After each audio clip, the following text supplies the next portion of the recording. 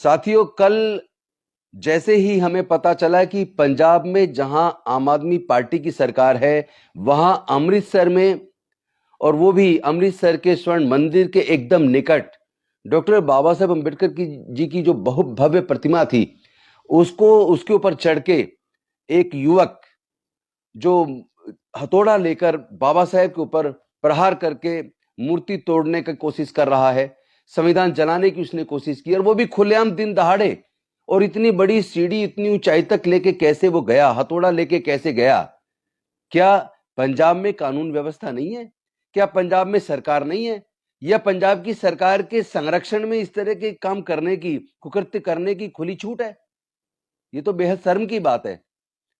और एक तरफ हमने देखा अभी पिछले दिनों संसद के अंदर आजादी के 75वीं वर्षगांठ पर, संविधान के 75वें साल होने पर, चूंकि आपसे 75 साल पहले डॉक्टर बाबा साहेब अम्बेडकर जी का संविधान लागू हुआ, और उस संविधान की 75वीं वर्षगांठ थी जिसमें संसद के अंदर देश के गृह मंत्री माननीय अमित शाह जी भाषण दे रहे थे और डॉक्टर बाबा साहेब अम्बेडकर का उन्होंने अपमान किया।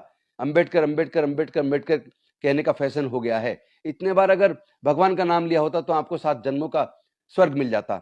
ये बात कह के अमित शाह जी ने डॉक्टर बाबा साहेब अम्बेडकर का अपमान किया। पूरे देश ने उनका विरोध किया, तमाम पार्टियों ने, तमाम नेताओं ने अमित शाह जी की इस घटिया हरकत का विरोध किया। और उस वक्त अरविंद केजरीवाल जी का आपने वीडियो देखा होगा, डॉक्टर बाबा साहेब अम्बेडकर तो मेरे भगवान हैं, उनका अपमान हम किसी कीमत पे बर्दाश्त नहीं करेंगे।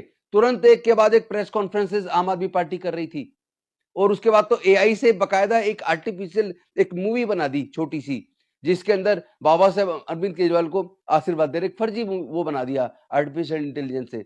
तो ऐसे व्यक्ति जो छोटी छोटी बात पे प्रेस कॉन्फ्रेंस करते हैं, और उनकी जहां सरकार है, उनके संरक्षण में, उनकी सरकार में डॉक्टर बाबा साहेब अम्बेडकर का अपमान हुआ। और आज मैं कल से इंतजार कर रहा हूं कि अरविंद केजरीवाल प्रेस कॉन्फ्रेंस करेंगे, अरविंद केजरीवाल कुछ बोलेंगे।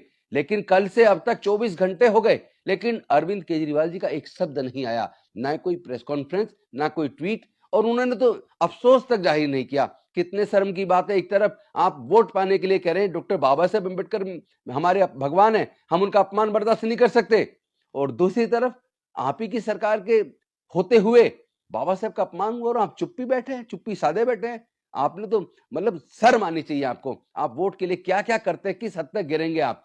आपका अभी आपने कहा कि डॉक्टर बाबा साहेब अम्बेडकर जी ने कितनी मुश्किल से हमें वोट का अधिकार दिलवाया। आप अपनी वोट की वैल्यू समझो इसको, छोटे मोटे लालच में, साड़ी में, जूते में, और ऐसे छोटे छोटे लालच में मत बेच देना। अरे क्या केवल वोट के लिए डॉक्टर बाबा साहेब अम्बेडकर जी का यूज करोगे?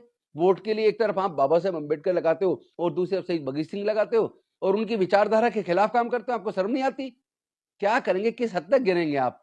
मुझे आपसे कम से कम ऐसी उम्मीद नहीं थी कि डॉक्टर बाबा साहेब अम्बेडकर का अपमान आपकी पंजाब के अंदर हो, जहां आपकी सरकार है, और आप चुप्पी साधे रहेंगे। कम से कम 2 शब्द तो बोल देते।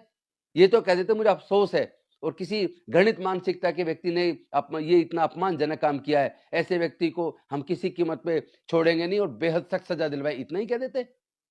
मुझे दुख है, शर्म की बात है।